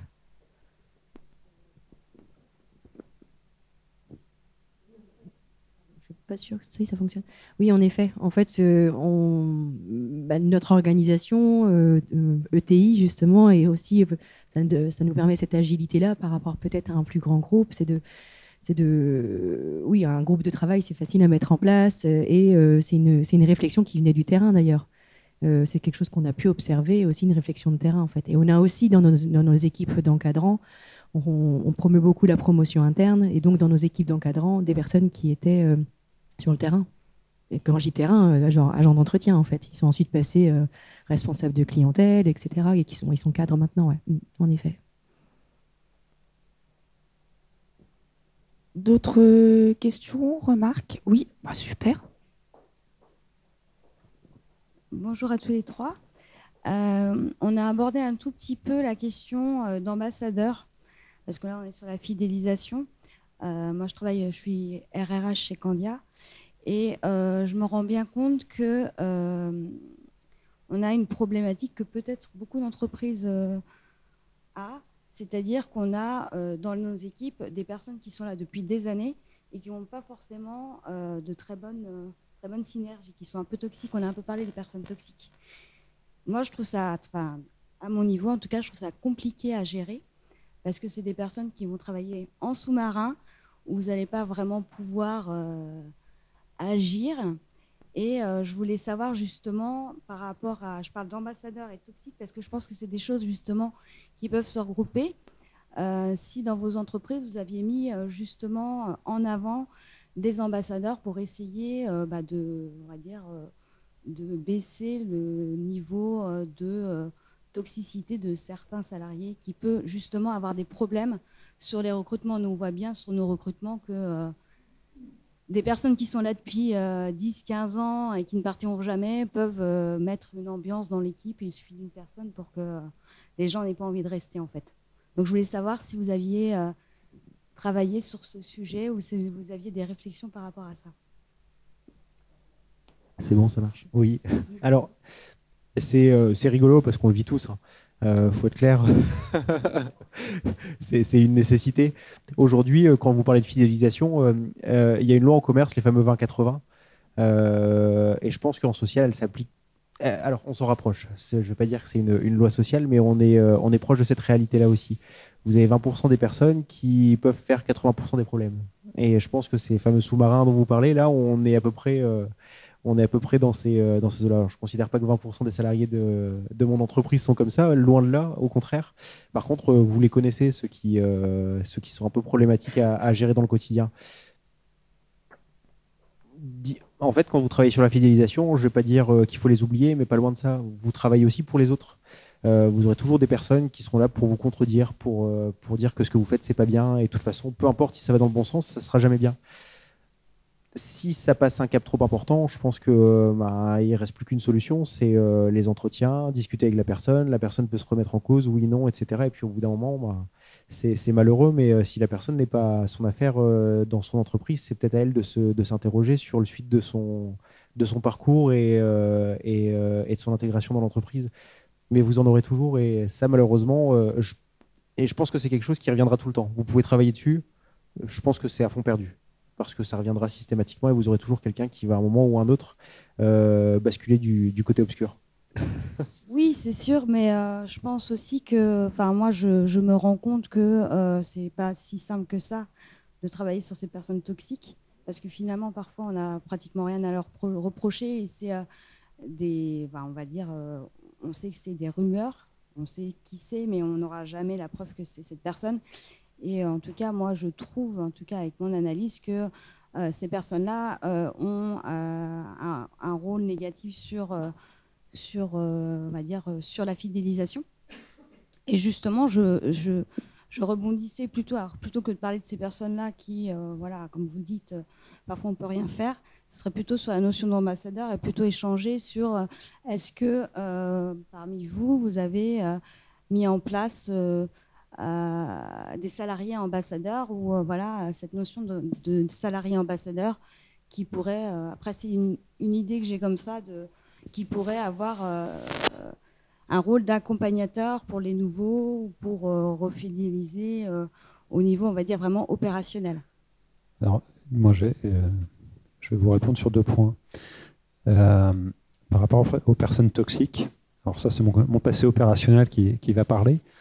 Je rejoins par rapport à la programmation et j'ai toujours estimé que c'était les employés les mieux placés pour faire de l'innovation au quotidien. C'est-à-dire que c'est eux qui sont sur leur poste de travail, c'est eux qui ont la capacité de dire attends, si on change notre méthode de travail comme ça, et si au lieu de faire comme ça, et ben on fait comme ça, et ben ça va nous soulager les conditions de travail, la sécurité au travail, ça va nous soulager. Ça vient de ça, c'est la première chose, et d'intégrer en fait parfois des personnes toxiques dans ce type de réflexion. On démine des situations. Alors je dis pas que c'est la panacée, que c'est pas tout le monde, mais je sais qu'opérationnellement, ça m'est arrivé 1 ou 2 fois de le faire, où la personne vraiment, on avait envie d'en venir aux mains à un moment donné. Et le fait d'arriver à l'intégrer, alors on choisit, c'est-à-dire qu'on le met sur une situation et on met des personnes qui vont aussi le cadrer en parallèle, mais qui globalement permet à la personne de s'exprimer, permet de prendre en considération ce qu'il peut dire, parce que parfois il a aussi des bonnes idées, mais il ne les exprime pas forcément très bien, et de pouvoir les réintégrer et dire voilà, on t'a écouté, à un moment donné, il faut qu'on passe à autre chose, et on va aussi, parce que l'entreprise ne tourne pas autour de toi, elle tourne autour de tout le monde. Donc il est important de... Voilà. Donc ça, c'est la première chose. Et la deuxième, j'ai oublié. Si, sur les ambassadeurs, nous, on n'a pas mis d'ambassadeur à proprement parler de promouvoir la marque ou autre. Par contre, on fait attention avec qui on met les personnes pour intégrer, oui. C'est-à-dire que typiquement, si on sait que la personne est toxique et qu'elle va dénigrer l'entreprise, le manager, systématiquement, on va faire en sorte que l'accompagnement, nous on a aussi également du personnel, des agents qui font du bio-nettoyage. Typiquement, on va choisir avec qui on va mettre la personne parce que nos agents ils sont aussi complètement dispatchés dans l'établissement et on n'a pas du tout quand on est sur une équipe en cuisine, on a 5 personnes, donc on entend très vite celui qui peut dénigrer les choses. Par contre, quand on est sur des agents de nettoyage qui sont isolés et autres et qui expliquent le boulot, on n'est pas du tout capable d'entendre ce qui se dit et on n'a que le retour éventuel de la personne qui a été formée en disant dis donc, elle m'a dit que le manager n'était pas sympa. Ouais, le manager n'est pas sympa. Si, mais bon, peut-être qu'il y a un historique et qu'il y a un passif, quoi. Voilà. Anne, ouais, tu voulais en rajouter? Je vais juste conclure. En fait, c'est la notion de toxique qui me dérange parce que moi, j'ai pas de. Alors, pareil, je suis pas dans le monde des bisounours. On a des salariés que je pense qu'ils sont pas forcément tous heureux au même moment, on va dire, mais je sais pas ce qu'on entend par toxique. Mais si on est sur c'est des gens qui se plaignent, clairement, ça, j'en parlais tout à l'heure, on en a effectivement, et je crois que c'est presque sociétal en ce moment. Après, c'est le principe de la théorie des alliés. On a des salariés qui vont être toujours très moteurs, d'autres qui vont toujours un peu freiner, et on peut avoir un ventre mou, et là, il faut faire très attention aux personnes qui sont un peu silencieuses pour les attirer du côté des gens plutôt moteurs ou motivés. Je reviendrai toujours à ce bon sens. Si on est aligné, si notre stratégie est alignée avec la stratégie RH, avec la stratégie de l'entreprise, si on prend les bonnes décisions, si on travaille sur les conditions de travail, déjà, on arrive à enlever en fait tous ces irritants-là. Et après, si on est vraiment sur quelqu'un de toxique, donc vraiment, ou voir que c'est des personnes qui, si j'entends, dénigrer. Enfin, moi, je suis très pragmatique. Quelqu'un qui va commencer à dénigrer, mais au-delà de se plaindre, quoi, vraiment dénigrer et vraiment être tombé dans le toxique, là, je deviens très, très pragmatique. 2 dernières questions. Elle a levé la main. Bonjour. Est-ce que vous utilisez l'alternance ou les partenariats avec les centres de formation pour former les employés dans votre entreprise? Et du coup, est-ce que par ce biais, vous arrivez à fidéliser? On n'a pas de politique d'alternance. Nous, on le fait par opportunité. On ne se fixe pas. J'ai travaillé dans un groupe avant, on avait un pourcentage d'alternants, etc. Alors, peut-être que c'est chez toi, c'est ça. Voilà. Donc voilà, je suis sortie de ce système-là. Nous, on ne se fixe pas un pourcentage d'alternants. En revanche, on était en CODIR encore avant-hier et on s'est dit, voilà, là, on a une opportunité, on a envie. Tiens, on va mettre un contrat, enfin un apprenti, on va solliciter un apprenti pour ça, etc. Et voilà, on travaille plutôt comme ça par opportunité. Et effectivement, on voit que ça fonctionne. Mais on ne le fait pas en se disant il nous faut des apprentis chaque année avec un pourcentage. Mais effectivement, oui, ça fonctionne très bien. Et l'apprentissage, c'est vertueux à plus d'un titre. Donc, moi, je suis quelqu'un qui promeut en fait, l'apprentissage et l'accueil d'apprentis en entreprise, effectivement. Ouais. Et sur tous les postes. Ouais. Alors oui, on a une grande politique apprentissage chez Sodexo. Plus sérieusement, oui, on a une politique, mais il y a 2 choses. Alors, on était très mauvais élèves dans l'employabilité et la sortie de nos apprentis. Aujourd'hui, on s'est fixé comme objectif d'embaucher plus de 50% de nos apprentis en sortie d'apprentissage. On n'y est pas encore, on y travaille. Pour différents motifs, c'est qu'il n'y a pas forcément de création de poste, c'est-à-dire qu'un apprenti, on le prend en plus dans nos équipes, il ne remplace pas quelqu'un. Donc, si en sortie, on va parler territoire, j'ai un apprenti, par exemple, sur la presqu'île de Crozon. Bon, sur la presqu'île de Crozon, j'ai un établissement. Quand il sort de son apprentissage, si je n'ai pas de poste à lui proposer, malheureusement, je ne pourrais pas l'embaucher. Par contre, il aura eu l'opportunité de faire son apprentissage à proximité de chez lui. C'est-à-dire que c'est quelqu'un qui habite Crozon, ni plus ni moins, et qu'il aura appris le métier de cuisine sur Crozon. Bon, je ne m'inquiète pas pour lui à la sortie, c'est que sur Crozon, normalement, il devrait pouvoir trouver du boulot au moins l'été, en restauration de manière plus large.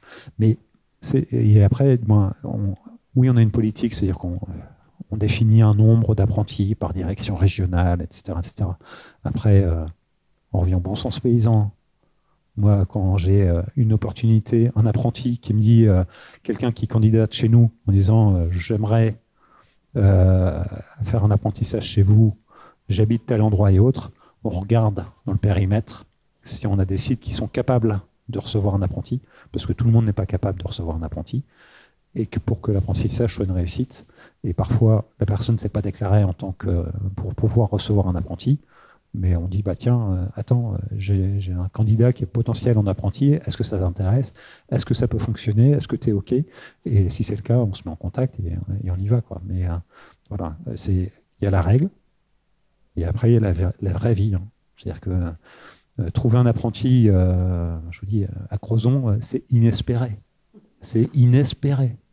Quand on le trouve, j'en cherche. Si employé de restauration, cuisinier sur Crozon, j'en cherche. Donc si vous avez des connaissances, je prends.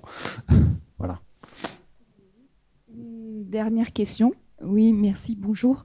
Deux choses. Merci à Madame Collet d'avoir pointé Pontivy, j'en viens. J'adhère complètement à ce que vous dites. Et il y a des statistiques Pôle emploi qui disent que les gens travaillent dans un rayon, alors les cadres, dans un rayon de 51 km par rapport à l'endroit où ils ont grandi. Et les non-cadres travaillent dans un rayon de 18 km par rapport à l'endroit où ils ont grandi. Donc, en termes de fidélisation, c'est quand même essentiel à regarder.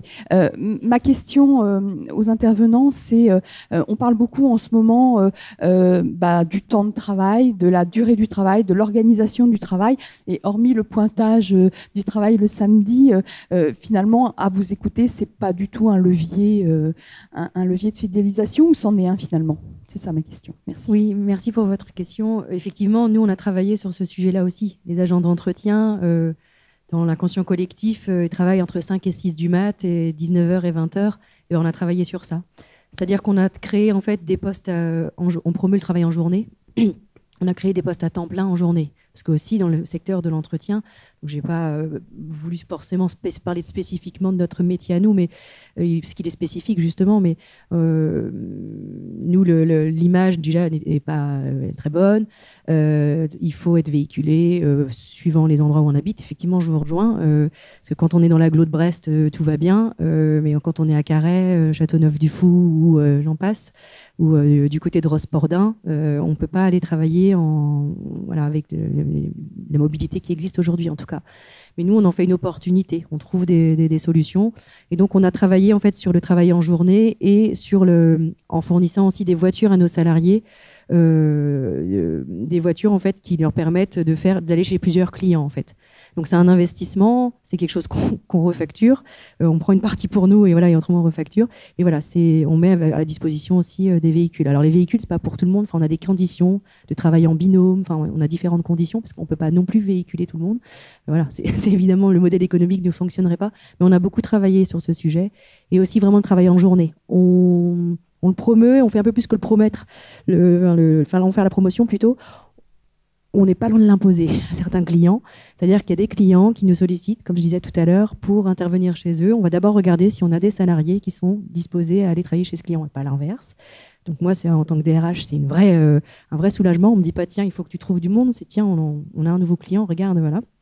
Et on a travaillé aussi sur la notion de horaire. On a sollicité les gens, nos salariés, en disant, est-ce que ça t'intéresse, toi, de travailler sur d'autres horaires? Oui ou non? Parce qu'en fait, le fait de travailler en journée aussi, c'est un biais de se dire forcément tout le monde veut travailler en journée. Ce qui n'est pas vrai. On a nos salariés aussi qui nous disent non, moi de 5 à 6 ça me va bien. Je suis toute seule, après je rentre à la maison, je gère les enfants, etc. Très bien. Donc on laisse. Mais quand on a des salariés qui nous sollicitent pour travailler davantage en journée, on veille aussi à solliciter nos clients pour bouger. Alors c'est difficile, c'est un long travail. Parce que quand on approche nos clients, alors nos clients avec qui le contrat est déjà signé, il y a des habitudes qui sont créées. Donc nous, on pousse beaucoup. Et pour les prospects, et donc qui vont devenir potentiellement clients, ça nous arrive d'imposer, voire de dire, non, tu veux qu'on travaille chez toi entre 5 et 6 du matin, nous ce sera entre 9 et 10, parce qu'on a une salariée qui a un créneau pour ça. Et parfois, et souvent, on refuse en fait le contrat commercial. Et ce qui se passe parfois et souvent, très très souvent, c'est que la personne revient vers nous, le client revient vers nous en disant bon ok c'est bon, entre 9 et 10, parce qu'en fait il trouve personne pour le faire. Et donc on a beaucoup travaillé en effet sur ça, sur les horaires et sur les fonctions support et effectivement sur le télétravail comme tout le monde, etc. On Voilà, alors on n'a pas le choix, mais ce que j'en peux entendre en fait sur différents réseaux RH, c'est pas inné partout. Je m'aperçois que dans certaines entreprises, c'est compliqué pour certaines directions d'être flex sur le télétravail. Nous, on le met en place, on l'a mis en place et effectivement pour que ce soit fluide et ça nous permet effectivement d'attirer et fidéliser. Nous concernant, alors on est dans le monde de la restauration et également du bio-nettoyage. En bio-nettoyage, on a mis en place sur certains sites ce qu'on appelle, nous, des semaines à 4 jours, des journées de 10 heures. C'est-à-dire que la personne travaille pendant 10 heures, c'est-à-dire qu'elle fait une semaine pendant 4 jours et une semaine pendant 3 jours. Pour en avoir longuement échangé avec mon DRH qui était dans le milieu de la santé par rapport à ça, il en revient énormément parce qu'on se rend compte que ça fatigue énormément nos équipes. C'est-à-dire que des journées de 10 heures, quand vous faites du nettoyage, du moins, c'est très compliqué. On a la chance de globalement les avoir en temps plein, donc c'est parfois un avantage par rapport à d'autres des sociétés de nettoyage classiques. Donc cette organisation-là tend énormément les organisations. C'est surtout qu'en fait, quand il y a une personne absente, vous ne pouvez pas demander aux autres de temporiser un peu, de dire tiens, est-ce que tu veux bien faire une heure sup aujourd'hui, parce qu'elle est déjà, en fait, sur l'amplitude horaire, on est déjà limite. Donc on ne va pas pouvoir aller plus loin. Donc, pour toutes ces raisons, on est en train de réfléchir à revenir plutôt à des journées de 7-8 heures. Donc ça, c'est plutôt sur le nettoyage en tant que tel. Après, sur le reste, on limite les coupures, on supprime les coupures, voire. C'est-à-dire qu'on va voir nos clients. Moi, j'ai des responsables régionaux qui ont été voir nos clients en disant bah non, le petit déjeuner du dimanche matin, est-ce que vous n'auriez pas du personnel potentiel chez vous qui est déjà présent, qui pourrait remettre en température le lait, l'eau et le café et assurer le service, quoi. Parce que moi, si je fais venir la personne à 6 heures du matin, je vais être obligé de faire une coupure dans la journée pour qu'elle puisse assurer le service du soir. Voilà, donc c'est des négociations qu'on peut avoir avec nos clients de temps en temps pour pouvoir ajuster justement. Il y a des clients qui l'entendent, des clients qui ne l'entendent pas. Parfois, on se quitte si on n'arrive pas à s'entendre, mais parfois ils reviennent. Ils disent en fait, votre raisonnement n'était pas si idiot que ça. Ok. Dernière chose, on est aussi au service de nos clients. Donc par exemple, on a des entreprises qui décident ils mettent en place le télétravail et puis ils disent on met en place le télétravail, pour nous c'est un impact énorme. Une journée de télétravail sur un site tertiaire où vous retirez 20% de l'activité, vous imaginez bien qu'en face, en termes humains, c'est très compliqué. Donc il y a des clients qui décident de fermer des journées complètes. On n'en a pas beaucoup, mais il y en a. À l'extrême limite, c'est les plus simples. Parce que ça veut dire qu'on va basculer nos équipes sur 4 jours. Donc on va augmenter un peu les horaires, on va trouver des solutions. Voilà. Le plus compliqué, c'est quand la journée de télétravail elle est flexible. C'est-à-dire que sur un restaurant d'entreprise, vous ne faites jamais le même nombre de couverts tous les jours. C'est-à-dire que le lundi, ça va être 400. Le mardi, on va faire 700. Le mercredi, on va descendre à 500. Sauf que pour faire 500 couverts ou faire 700 couverts, c'est pas le même nombre de personnes au global, quoi. Donc, voilà. Sauf que les surfaces restent les mêmes pour les nettoyer, pour l'entretien. À la caisse, il faut autant de personnes, etc., etc. Alors, on réfléchit à de la digitalisation. On a déjà mis en place des prises de photos de plateaux pour que, quand on parle de l'intérêt de la mission, ça permet à la personne, à l'employé de service, qui était à la caisse et qui faisait que typer à la caisse, et pendant ce temps-là, elle peut réapprovisionner, conseiller le convive qui passe, etc., ou expliquer ce qu'il y a dans l'entrée, et voilà, valoriser son travail en tant que tel. Donc c'est tous ces éléments-là qui font que c'est compliqué d'intervenir là-dessus. Et après, sur les fonctions support et encadrement, la flexibilité, du moins le télétravail, on n'a pas d'accord, on a une charte qui nous permet de faire du télétravail, voilà. J'ai la chance de pouvoir faire 2 jours de télétravail quand je ne suis pas en déplacement ou quand je ne suis pas sur les sites, ce qui facilite les choses, oui. Et ce qui permet aussi de fidéliser une partie des équipes. Voilà. Après, on reste attaché au fait de vivre quelque chose ensemble, pour les fonctions support aussi. C'est important. l'attachement à l'entreprise et à la vie de l'entreprise, d'avoir quelque chose qui se vit. Sinon, on va devenir on pourrait devenir une entreprise Kleenex en disant je bosse chez un tel et puis dans 6 mois je change et puis il n'y a pas d'intérêt. Voilà.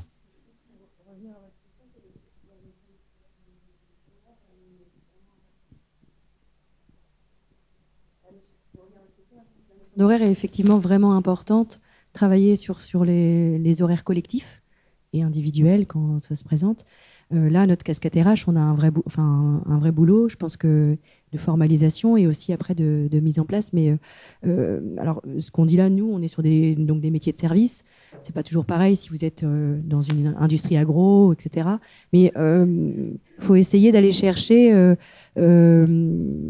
Moi, c'est ce que m'a appris le Covid. C'est en gros, quand c'est pas possible, typiquement, mettre tout le monde en télétravail et continuer à travailler pendant la période Covid, on a réussi. Donc en fait, là, moi, ça m'avait vraiment appris cette période-là de me dire, quand c'est pas possible, se dire que c'est pas possible. Il faut aller chercher quand même peut-être comment on peut bouger, mais vraiment travailler. Quand on dit les conditions de travail, les horaires, c'est effectivement un levier. Et là où nous, dans notre activité, on n'aurait peut-être pas, il y a encore 10 ans, pensé partir sur du travail en journée, comme ça, un peu plus systématique, des temps pleins. Dans notre activité, nous, on fait partie des sociétés à promouvoir le temps plein aussi. On a beaucoup de temps plein. C'est pas facile à mettre en place. C'est vraiment même difficile, en fait. Mais on va chercher un peu ce qui est un petit peu compliqué et difficile. Et ça marche aussi, c'est en écoutant, en fait, en sondant, en fait, les salariés, alors sur des formes de sondage, d'enquête, etc., pour éviter de partir aussi à côté. Parce que ça peut être un biais de se dire, je vais bosser sur les horaires. Ça se trouve, les horaires leur conviennent, en fait. Ouais.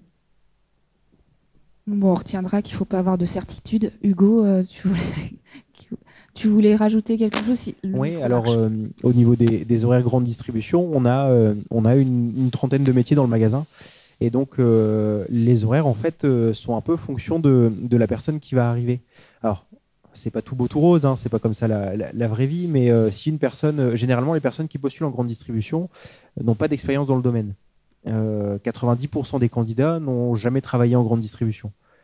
Donc une personne qui vient en disant moi mes contraintes, je peux pas venir trop tôt le matin ou je peux pas je peux pas travailler tel jour de la semaine, on peut avoir plein de contraintes et nous notre lecture derrière c'est de se dire finalement peut-être que ces postes-là seront peut-être plus intéressants pour vous parce que vont correspondre à comment dire à ce que vous recherchez en termes d'horaire.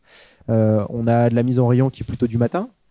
On a des postes en vente qui sont plutôt de journée, d'après-midi et de soir. Généralement, c'est ceux-là. Les horaires de fin de journée sont très compliqués à pourvoir pour nous parce que les personnes ne veulent pas travailler jusqu'à 19h30, 20h. On a une chance au magasin, on ne travaille pas le dimanche.